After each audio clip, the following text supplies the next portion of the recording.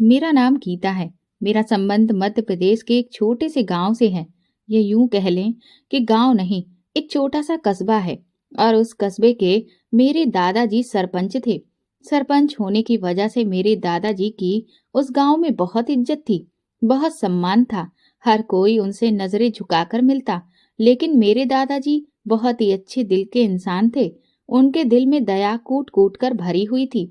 वो हर किसी से प्यार से पेश आते थे, हर किसी का ख्याल रखते। मैं अपने दादाजी से चाचा चाची के साथ दादाजी की खानदानी हवेली में रहती थी, जहाँ पे मैं बहुत खुश थी और ऐशो आराम की जिंदगी जी रही थी। मेरे दादाजी ने दुनिया की हर खुशी लाकर मेरी झोली में डाल दी थी। उन्होंने कभी मुझे मेरे माँ बाप की कमी महसूस ही नहीं होने दी थी। मेरे चाचा चाची भी मुझे सगे माँ बाप की तरह प्यार करते थे और मेरी हर खुशी का ख्याल रखते हैं। दादाजी ने तो मुझे इस बात से भी अनजान रखा था कि मैं किसकी औलाद हूँ। बचपन से लेकर जवानी तक उन्होंने मुझे बस इस बात का एहसास नहीं होने दिया था कि मैं लावारिस हूँ, और उन्होंने मुझे सड़क से उठाया था। जब कभी मैं अपने माँ बाप के बारे में दादाजी से बात करती तो वो मेरी बात को गोल गोल करके रख देते थे।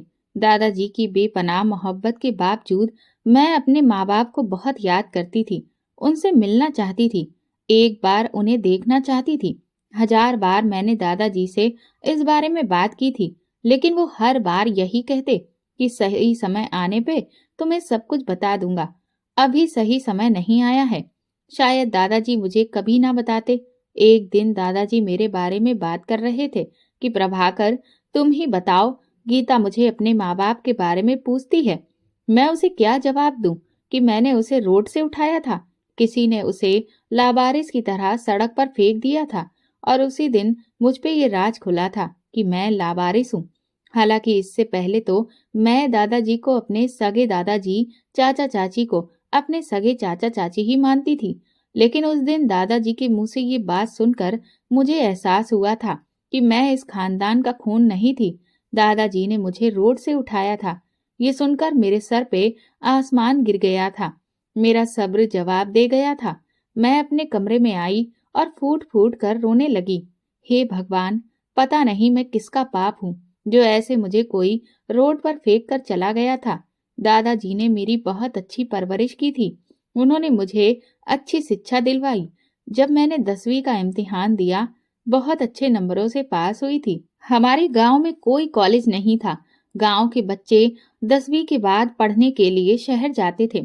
गांव से शहर जाने के लिए 1 घंटा लग जाता था। 10वीं करने के बाद दादाजी को इस बात की चिंता थी कि गीता मुझसे दूर चली जाएगी।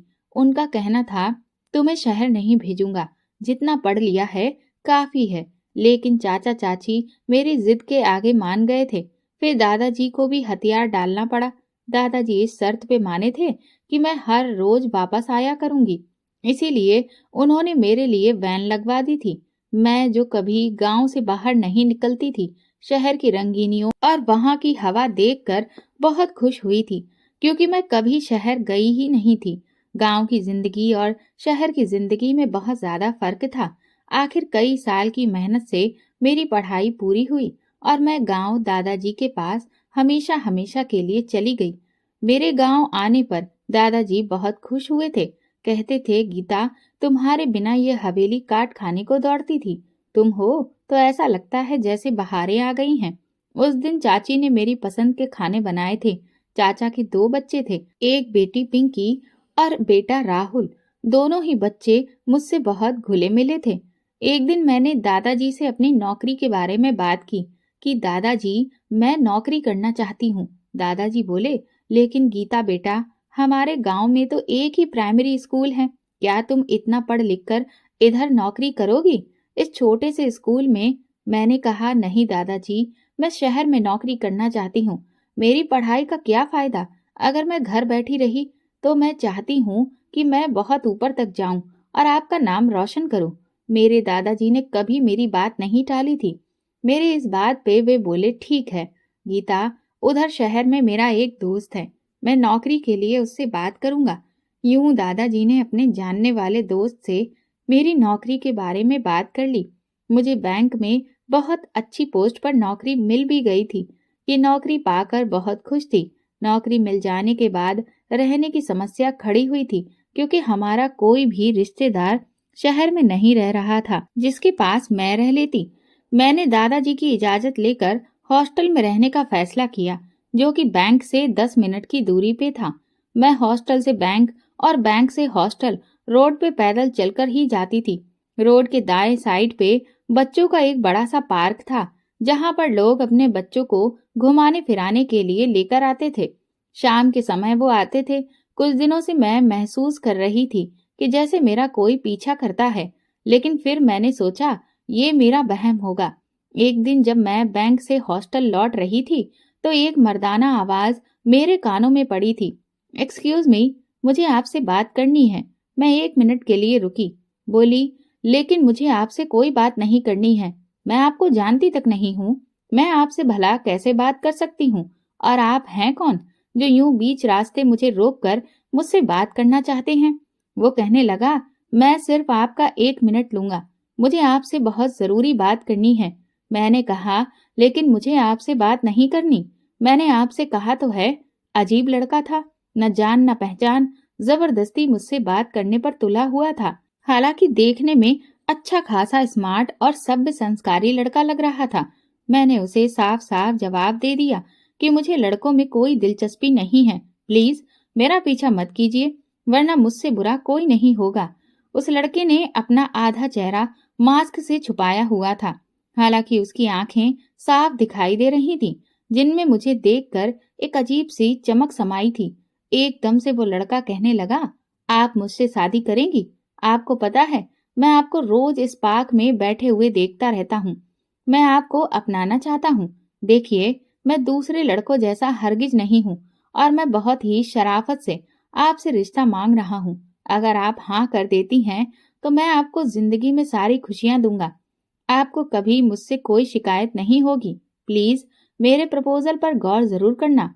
मैंने कहा, मेरा पीछा छोड़ो, वरना मैं शोर मचा दूंगी और लोगों को इकट्ठा कर लूंगी, और फिर जो आपके साथ होगा उसके जिम्मेदार आप खुद होंगे। वो बोला, मैं आपके लिए हर रिस्क लेने के लिए तैयार हूँ।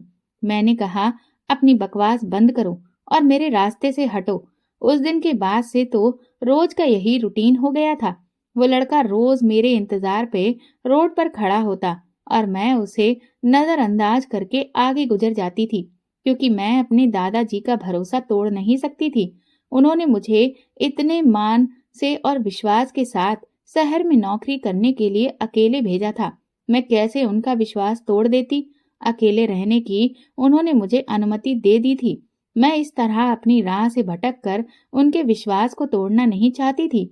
और दूसरी बात, मुझे मर्द जात पर भरोसा ही नहीं था। मैं उनके चक्कर में पड़ना नहीं चाहती थी, जिसकी वजह से मेरे दादाजी और मेरी बदनामी हो।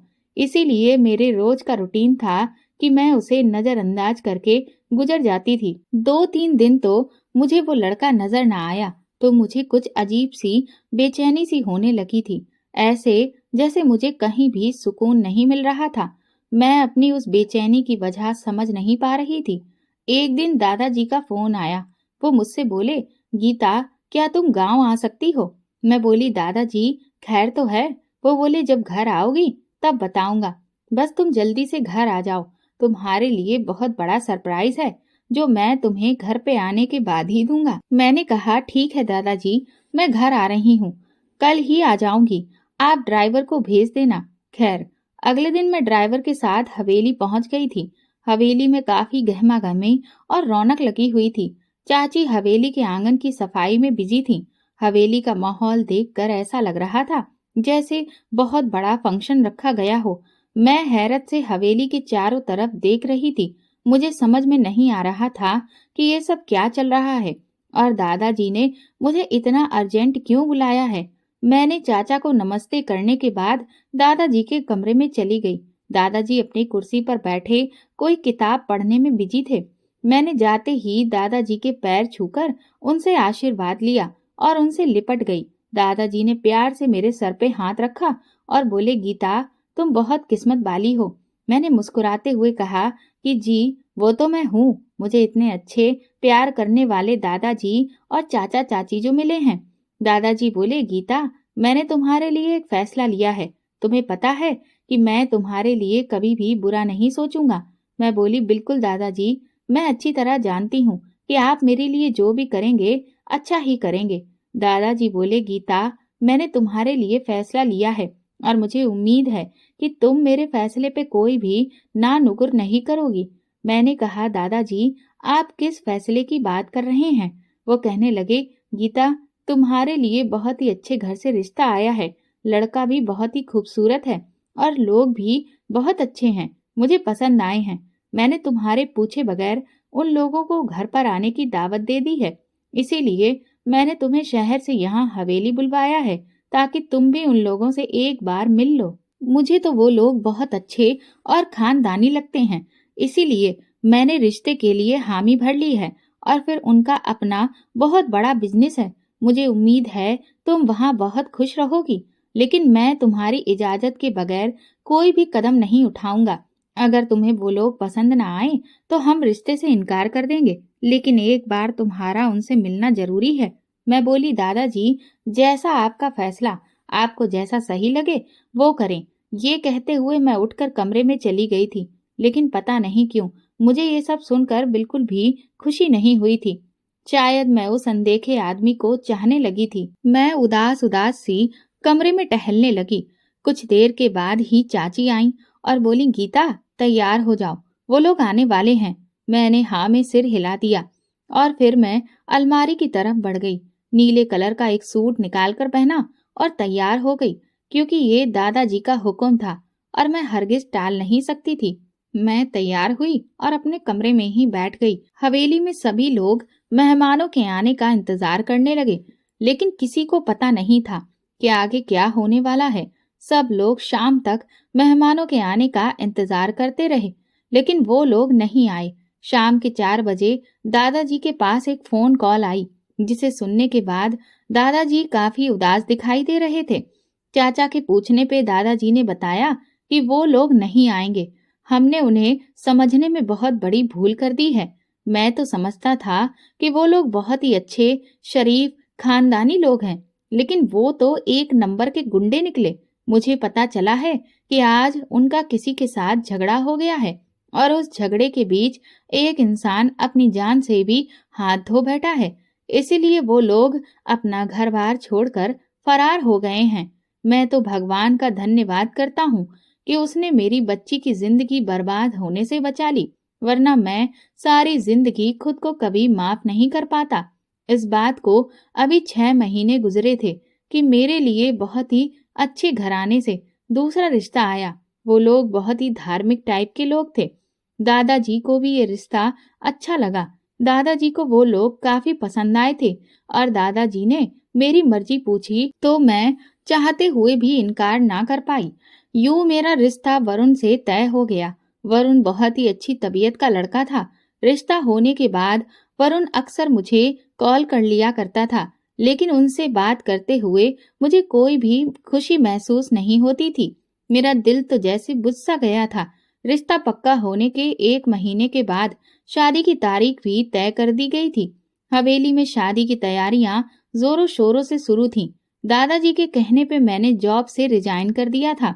दादाजी का कहना था, तुम्हारी शादी होने वाली है, बेहतर है तुम अभी जॉब छोड़ दो। अगर शादी के बाद तुम्हारे ससुराल वालों को अच्छा लगे तो तुम दोबारा से अपनी जॉब शुरू कर लेना। शादी की तैयारियां शुरू हुई और शादी की सारी शॉपिंग चाचा और चाची ने शहर से की थी। मेरी चाची हर जगह मुझे अपने साथ घसीटती थी। मेरे लाख मना करने के बावजूद भी वो मुझे अपने साथ लेकर जाती कि तुम हर चीज अपनी पसंद से लो। दादाजी भी जबरदस्ती मुझे चाची के साथ भेज देते थे। बाजारों के चक्कर लगा लगा कर मेरी टांगें जैसे टूट गई थीं। एक दिन जब मैं और चाची शॉपिंग पर गए तो मुझे ऐसा लगा जैसे वही लड़का मेरे आसपास मौजूद हो। मैंने चारों तरफ नजर दौड़ाई, लेकिन वो लड़का मुझे कहीं ना नजर आया। घर आते ही मैं कमरे में चली गई।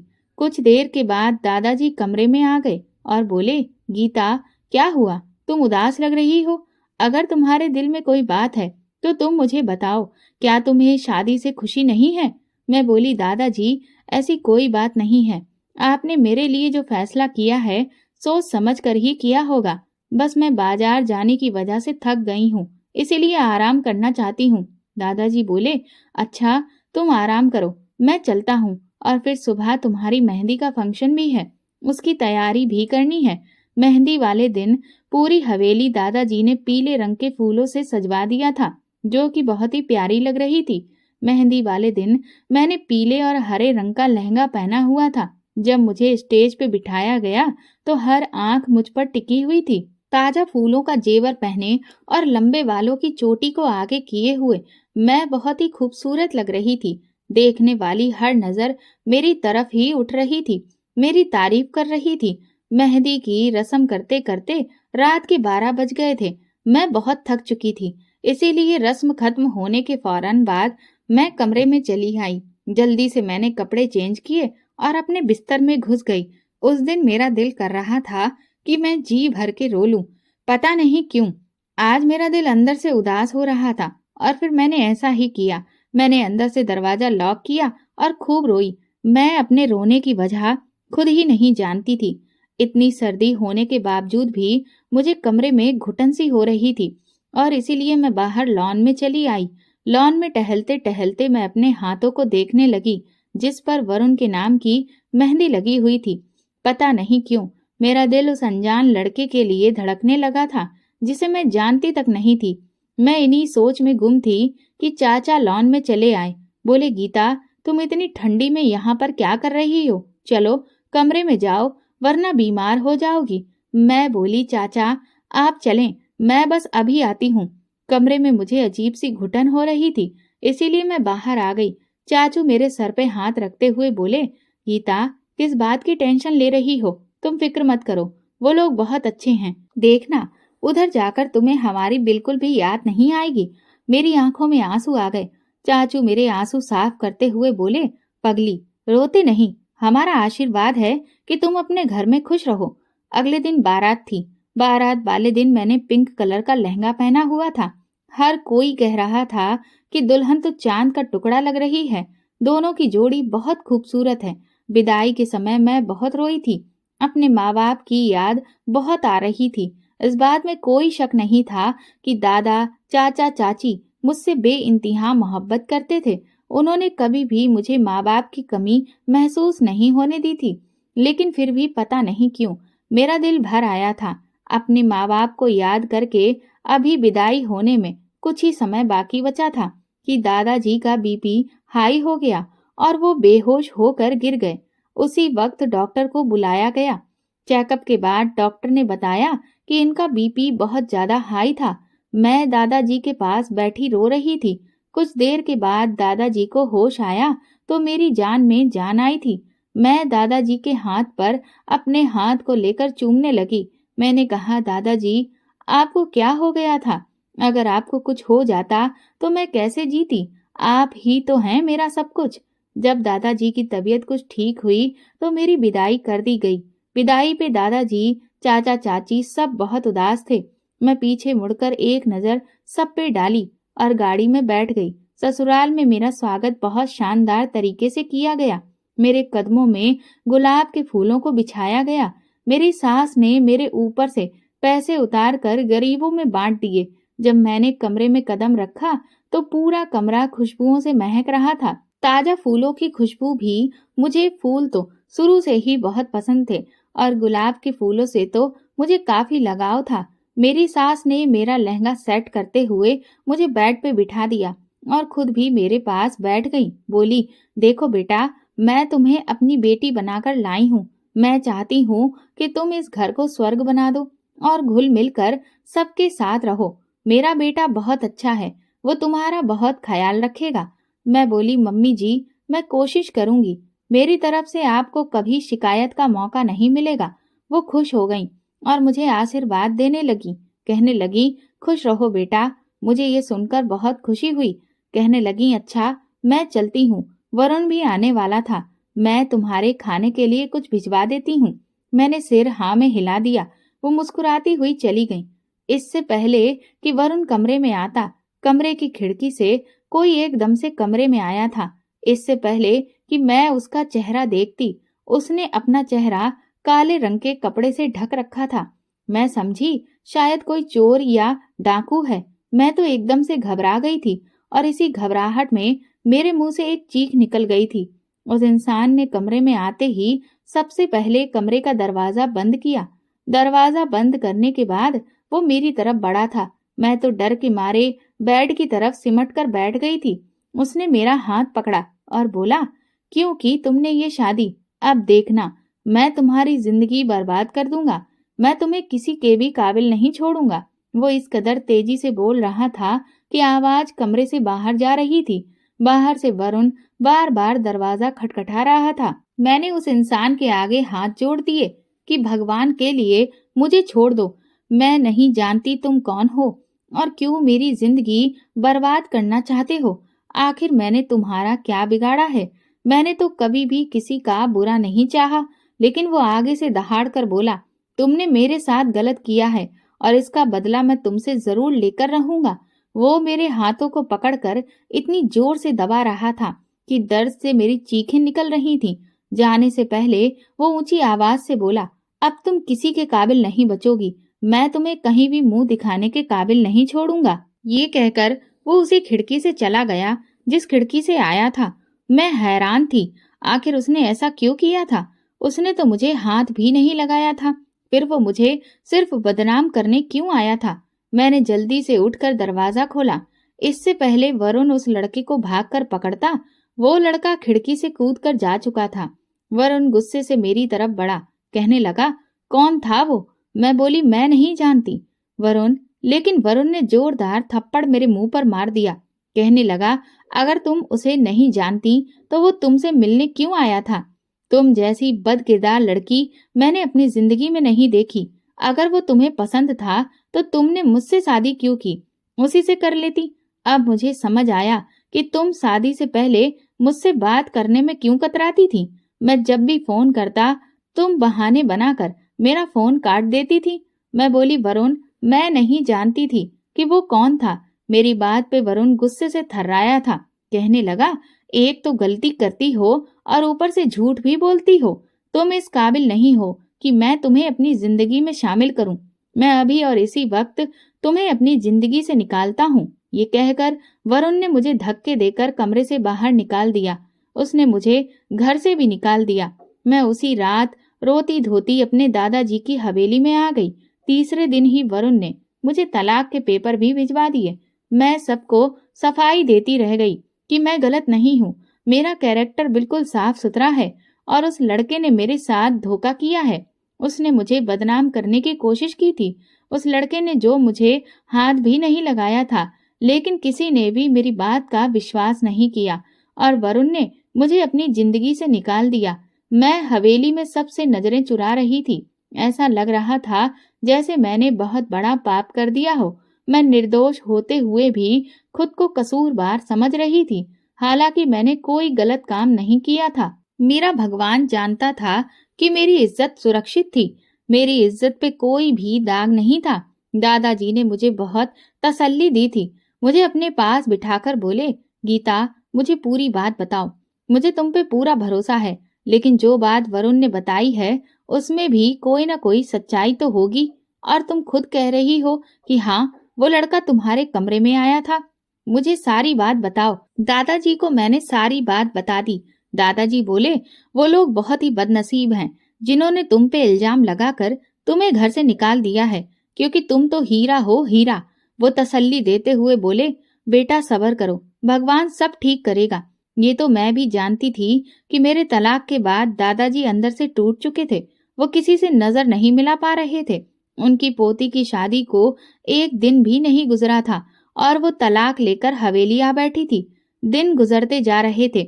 मेरे तलाक के बाद हवेली में खामोशी सी छा गई थी। ये खामोशी तब खत्म हुई जब मेरे लिए तीसरी बार एक रिश्ता आया। लड़का गवर्नमेंट स्कूल में टीचर था। दादाजी ने इस रिश्ते को सही जाना और मेरे लिए उस रिश्ते के लिए हाँ कर दी, क्योंकि वो लोगों की और ज्यादा बातें नहीं सुन सकते थे। उस लड़के का नाम पवन था। पवन मिडिल क्लास घराने से संबंध रखता था। उससे बड़ी उसकी 3 बहनें थीं। उनकी जिम्मेदारियां निभाते निभाते उनकी उम्र भी थोड़ी ज्यादा हो गई थी। दादाजी ने बहुत ही सादगी के साथ पवन से मेरी शादी कर दी। मैं भी भगवान की राजी में राजी हो गई थी। पवन ने मुझे गाड़ी में बिठाया और विदा कराकर अपने घर ले गया। उसके साथ जाते हुए मुझे ऐसा महसूस हो रहा था जैसे हवेली से बहुत बड़ा बोझ उठाकर लेकर जा रही हूँ। पवन का घर काफी पुराना सा था। हर तरफ गंदगी फैली हुई थी। मैंने जाते ही पूरा घर अच्छी तरह से साफ किया था। पवन बोला, गीता छोड़ो ये सब, कल कर लेना। अब तुम एक ही दिन की हो और तुमने आते ही घर की सफाई करना शुरू कर दी। मैं बोली, पवन मुझे गंदगी में रहने की आदत नहीं है। शाम के समय जब शाम ढली तो पवन मुझसे बोला, मैं बाहर से खाना लेकर आता हूँ। पवन के घर में कोई नहीं था। उनकी बहनों की भी शादी हो चुकी थी और वो शादी में शामिल नहीं हुई थी क्योंकि वो दूसरे देश में शिफ्ट थीं और उनके बच्चों के पेपर चल रहे थे, इसीलिए ये वो लोग नहीं आ पाए थे। पवन के माँ बाप भी जिंदा नहीं थे। वो घर पर बिल्कुल अकेला रहता था। मैंने कहा, कोई बात नहीं पवन, मैं घर पे ही कुछ बना लूंगी। लेकिन पवन नहीं माना और खाना लेने बाजार चला गया। अभी पवन को गए 10 मिनट भी नहीं हुए थे कि वो आदमी मुंह पर काला नकाब डाले एकदम से दरवाजा खोलकर अंदर आया था। मुझे कंधे से पकड़कर कमरे में ले गया और कमरा भी बंद कर दिया और उसने मेरे दोनों बाजुओं से मुझे पकड़ा और मेरे कपड़े फाड़ दिए। चीख कर बोला, मैंने तुमसे कहा था ना कि तुम्हें अपने अलावा किसी और का नहीं होने दूंगा। मैंने उसे कहा, मुझे जीने दो, पहले ही तुम्हारी वजह से मेरा घर बर्बाद हो चुका है। आखिर क्यों तुम मेरे पीछे पड़े हो? मैंने तुम्हारा क्या बिगाड़ा है? इतनी ही देर में पवन भी वापस आ गया। वो जोर जोर से दरवाजा पीटने लगा, गीता दरवाजा खोलो, अंदर कौन है? तभी उसने एकदम से दरवाजा खोला।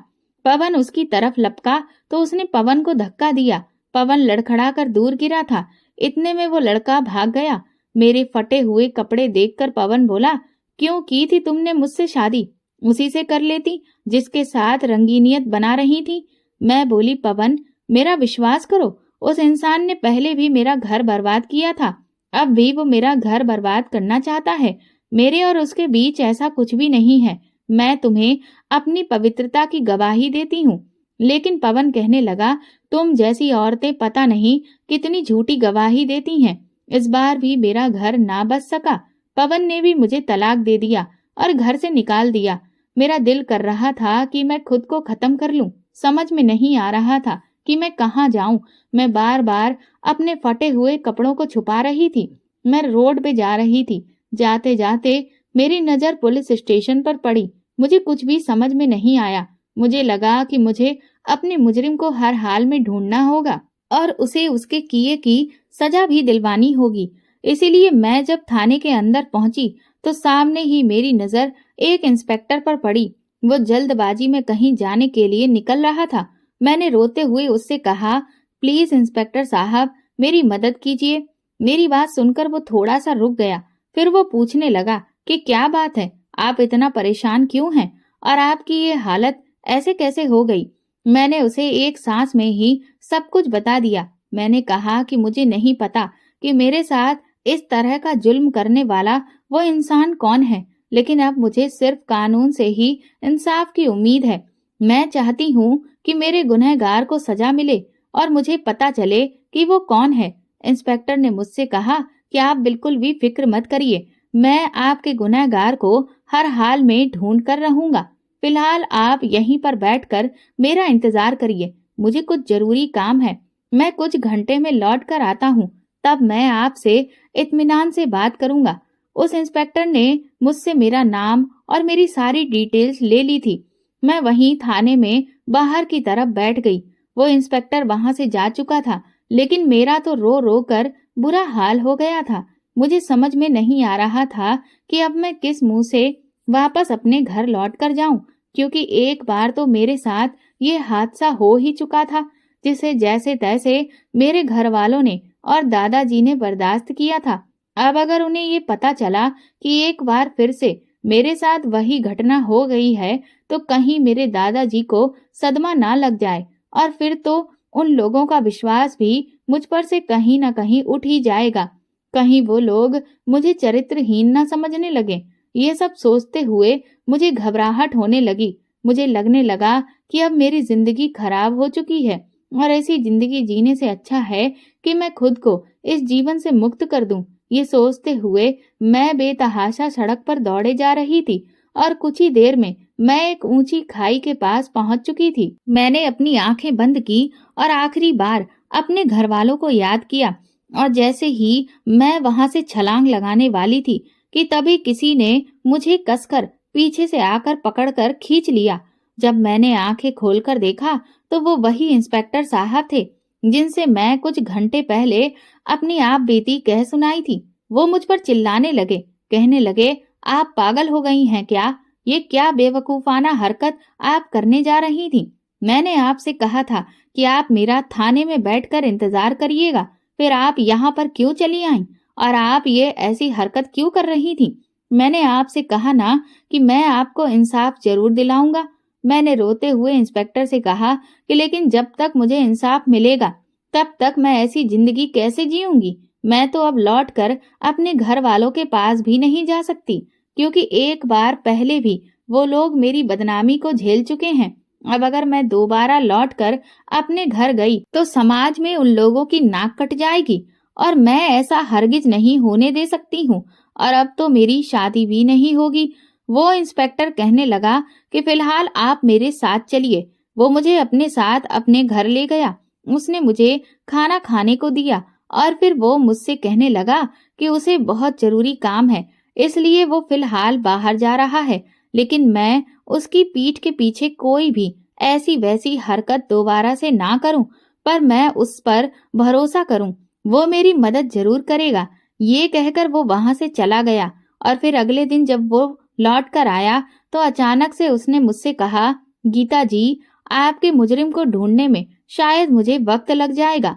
उसकी इस बात ने मुझे निराश कर दिया था, लेकिन वो मुझसे कहने लगा, पर मैं फिलहाल आपके लिए सिर्फ एक चीज कर सकता हूँ।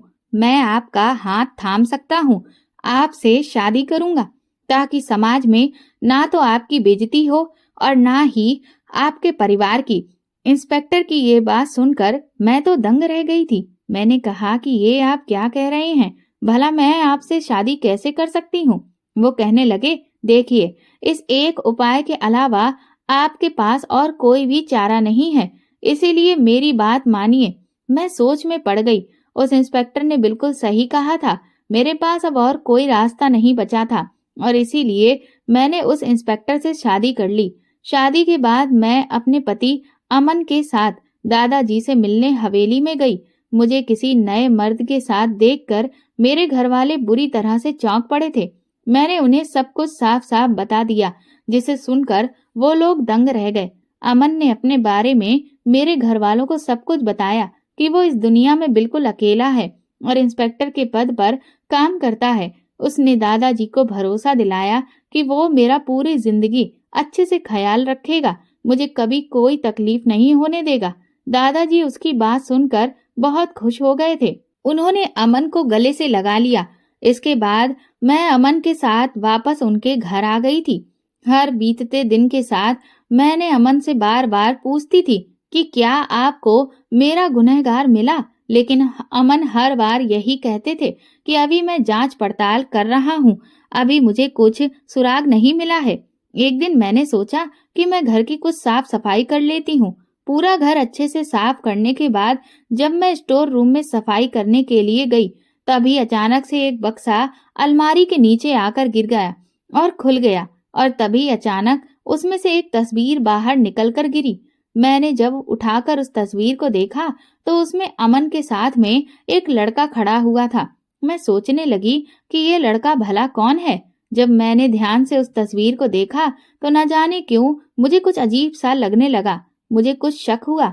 मैं तुरंत ही दौड़कर एक काले रंग का स्केच लेकर आई, और मैंने जब उस लड़के के चेहरे पर सिर्फ आंखों को छोड़कर बाकी का हिस्सा काले स्केच से रंगा तो मेरे होश उड़ चुके थे।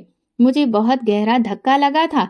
मैं समझ नहीं पा रही थी कि ये क्या है जो कुछ मैं अपनी आंखों से देख रही थी। क्या ये मेरा वहम था या वो सच्चाई थी जो अब मेरी आंखों के सामने आ चुकी थी? इससे पहले कि मैं और कुछ सोच समझ पाती कि तभी वहां पर अमन आ गए और उन्होंने मेरे हाथ में उस तस्वीर को देख लिया। मैंने अमन से कहा कि ये लड़का कौन है, तो अमन बिल्कुल खामोश हो गए और उन्होंने अपना चेहरा नीचे झुका लिया। मैंने उनसे रोते हुए कहा, प्लीज अमन, मेरी बात का जवाब दीजिए, मेरा दिल बैठा जा रहा है। अमन कहने लगे, ये लड़का मेरा छोटा भाई है। मैंने कहा, लेकिन इसकी आंखें तो। इससे पहले मैं बोल भी नहीं पाई थी कि अमन ने खुद ही कह दिया, इसकी आंखें उस लड़के से मिलती है ना जो तुम्हारा पीछा करता था। अमन के मुंह से ये बात सुनकर मैं तो दंग रह गई। मैंने कहा, लेकिन आपको ये सब कैसे पता? मैंने तो ये बात कभी किसी को नहीं बताई थी कि एक लड़का मेरा पीछा किया करता था। अमन कहने लगे, गीता, आज मैं जो सच्चाई तुम्हें बताने जा रहा हूँ उसे सुनकर शायद तुम्हें गहरा धक्का लगे और मुझ पर बहुत गुस्सा भी आएगा, लेकिन हो सके तो मुझे माफ कर देना। दरअसल तुम्हारी जिंदगी खराब करने वाला और कोई नहीं, मेरा छोटा भाई ही था। मेरा भाई तुम्हें बहुत पसंद करता था और वो तुमसे शादी भी करना चाहता था, लेकिन जब तुमने उसके प्यार को ठुकरा दिया और किसी और से शादी कर ली तो वो बुरी तरह से बौखला गया था और उसके अंदर बदले की भावना जाग उठी थी और इसीलिए उसने फैसला लिया कि वो तुम्हें किसी और की जिंदगी में शामिल नहीं होने देगा और इसीलिए जब भी तुम्हारी शादी होती तो वो तुम्हारे साथ ऐसी हरकत करता ताकि तुम्हारे पति को तुम पर शक हो और वो तुम्हें छोड़ दे। आखिरी बार तुम्हारी जब शादी हुई थी और मेरा भाई जब तुम्हें बदनाम करने के इरादे से उस घर में गया था, वहां से लौटते वक्त उसका एक गाड़ी से टकराकर एक्सीडेंट हो गया था। उस दिन जब पुलिस स्टेशन में तुम आई थी तो मैं हॉस्पिटल ही जा रहा था और जब मैं वहां पहुंचा तो मेरे भाई ने मुझे पूरी सच्चाई बताई और उसने मुझे तुम्हारा नाम भी बताया था, जिसे सुनकर मैं समझ गया था कि वो लड़की और कोई नहीं, तुम ही हो। मेरा भाई अपनी गलती पर बहुत पछता रहा था और उसने मुझसे कहा कि मैं कैसे भी करके तुम्हें ढूंढ लूं और तुम्हारा हाथ थाम लूं, क्योंकि मेरे भाई ने तुम्हारी जिंदगी खराब कर दी थी और अब उसे अपनी गलती का पूरा एहसास था। मरने से पहले उसने तुम्हारे चरित्र की गवाही भी दी थी कि तुम एक पाक लड़की हो। मेरे भाई ने जो कुछ भी किया वो बहुत गलत था। उसकी तरफ से मैं तुम्हारे सामने हाथ जोड़कर माफी मांगता हूँ। मैं जानता हूँ कि वो तुम्हारा गुनाहगार था, लेकिन उसे उसके किए की सजा मिल चुकी है, इसीलिए हो सके तो उसे माफ कर देना। और उस वक्त जो भी हालात थे उनकी वजह से मैंने तुमसे शादी कर ली थी। लेकिन सच कहता हूँ गीता, आज मैं तुमसे बहुत प्यार करता हूँ। तुम मेरी जिंदगी हो और अब मैं तुम्हारे बिना हरगिज नहीं रह सकता। ये सब सुनने के बाद मैं फूट फूट कर रोने लगी। मैंने कहा कि तुम्हारे भाई ने मेरी जिंदगी बर्बाद कर दी, मुझे कहीं भी मुंह दिखाने के काबिल नहीं छोड़ा था। अमन ने मुझे गले से लगा लिया। उस दिन मैं रो रो कर अपने दिल का सारा गम बहा दिया था, लेकिन अब अमन का भाई मर चुका था। उसे भगवान ने उसके किए की सजा दी थी। खैर, मैं भी उसे माफ कर चुकी थी और आज मैं अमन के साथ एक अच्छी और खुशहाल जिंदगी जी रही हूँ। इतना अच्छा जीवन साथी अपनाने के बाद मैं अपने अतीत को भूल चुकी हूँ और अपनी जिंदगी में आगे बढ़ रही हूँ। मैंने अपने घर वालों के सामने कभी भी इस सच्चाई को खुलने नहीं दिया कि मेरी जिंदगी पर दाग लगाने वाला और कोई नहीं, अमन का छोटा ही भाई था, क्योंकि मैं नहीं चाहती थी कि कोई भी मेरे पति के बारे में कुछ उल्टा सीधा सोचे या उन्हें किसी भी तरह की गलत नजर से देखे। दोस्तों, अगर आपको हमारी कहानी पसंद आई है तो कमेंट करके जरूर बताएं और वीडियो को लाइक करके ज्यादा से ज्यादा शेयर करें। चैनल पर नए हैं तो सब्सक्राइब करें और हाँ, नोटिफिकेशन बेल को जरूर दबाएं ताकि अगली अपडेट सबसे पहले आपको मिले। धन्यवाद।